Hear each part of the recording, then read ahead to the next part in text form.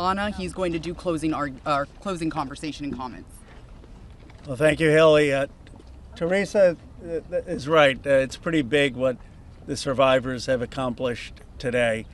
And I just want to say how eloquent, strong, and admirable they were. Let's give them a round of applause for their courage. Thomas and Marjorie and I will take a few questions from people. Go ahead. Is basically right now calling on the Senate to make revisions to this bill because he says it doesn't adequately protect the survivors, the victims that are standing behind you. Your response to that? That's been a red herring all along. The survivors have always been in favor of this legislation, and there's a provision in there you can read if you would just read it that protects them. Now, if he wants to offer more protections in the Senate, that's fine with us, but here's the problem. Now we have to vote on it again in the House. And so, as you heard, justice delayed is justice denied. It could be just another delay tactic. But we want to... Is that what you think? That's the motivation from the Speaker? I think the Speaker wants to save face. He's going to vote for a piece of legislation today that he's disparaged for 4 months. And however he needs to come on board, we want him on board. So we appreciate that. You don't actually need legislation. Go ahead.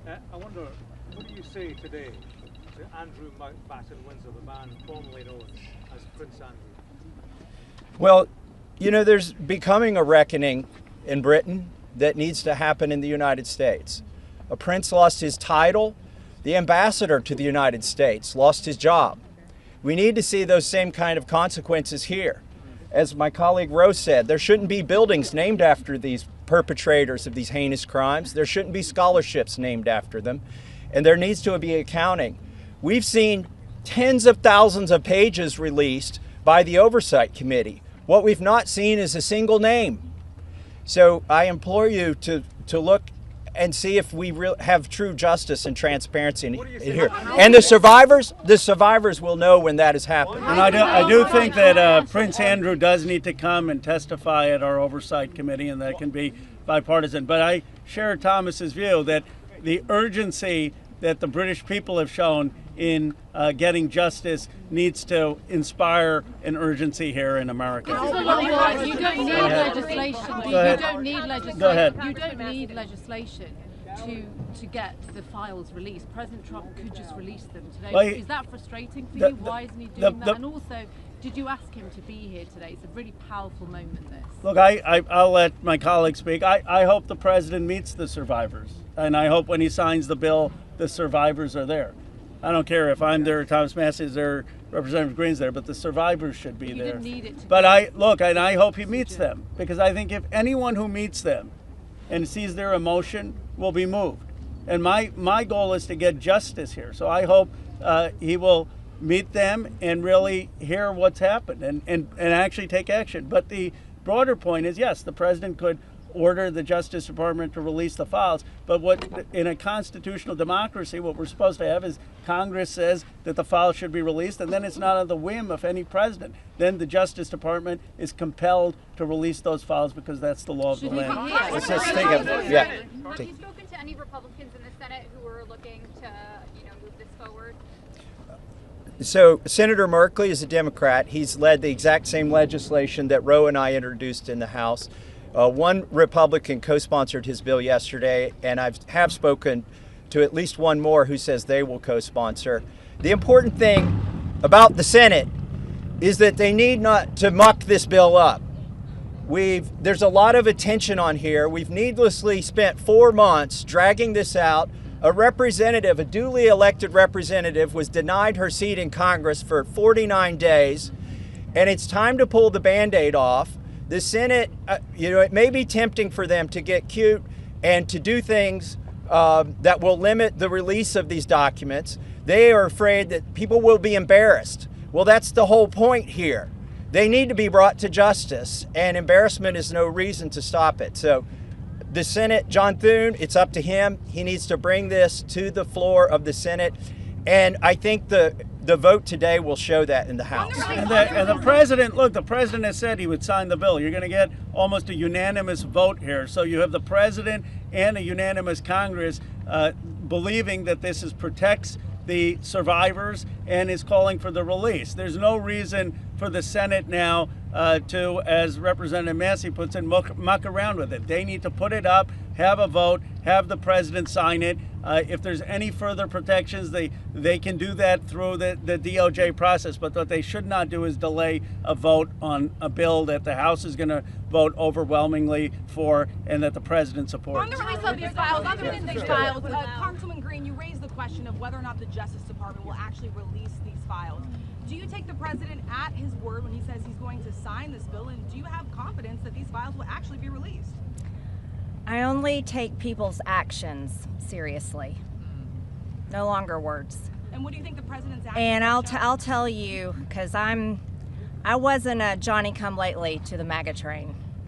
I was day one 2015, and there's a big difference in those Americans and those that decided to support President Trump later on. And I'll tell you right now, this has been one of the most destructive things to MAGA, is watching the man that we supported early on, 3 elections, for people that stood hours, slept in their cars to go to rallies, have fought for truth and transparency and to hold what we consider a corrupt government accountable.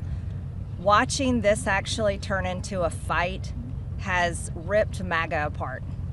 And the only thing that will speak to the powerful, courageous women behind me is when action is actually taken to release these files, and the American people won't tolerate any other bullshit. That's where we are today. Thank you. Go ahead. 2 more questions and then we're around all day. Is this a watershed? How would you sum up today in terms of your battle to get to the truth?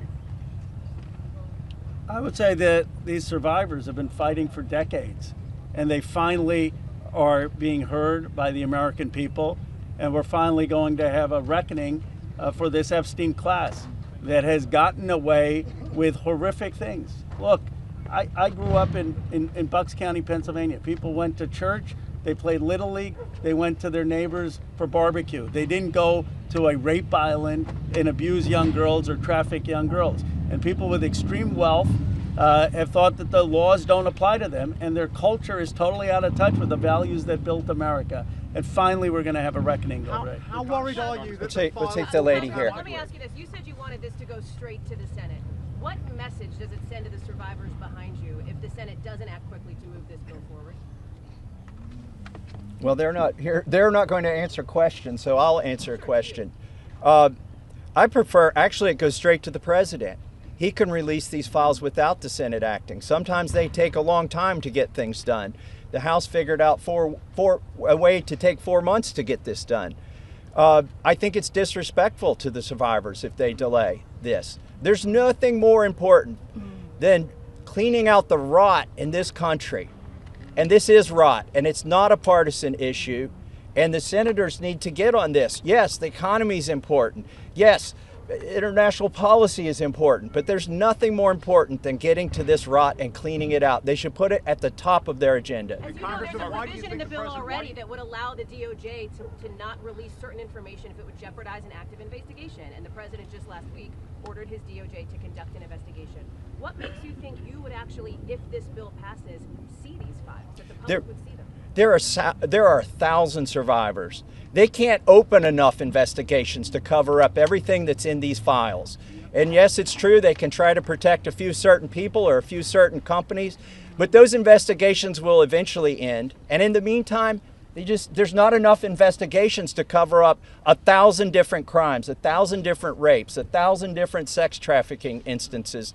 And this is not a moot point, even though they are doing that. And once this bill is signed into law, any career official at the DOJ or the FBI who does not comply with the law is at legal risk. It's no longer just up to the president. Look, we could have passed a simple resolution here in the House, and that would have been the end of it. Instead, we chose a very hard path, which is to get legislation, a law passed, which means it has to go to the House, the Senate, and be presented to the president.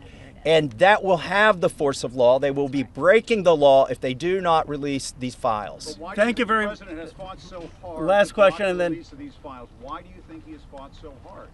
If he could do it now, why hasn't he done it now? I believe he's trying to protect friends and donors. And by the way, these aren't necessarily Republicans. Once you get to $1 billion, you transcend parties. You just assume you can pay off whatever party is in charge of the White House, whatever party is in charge of the House of Representatives.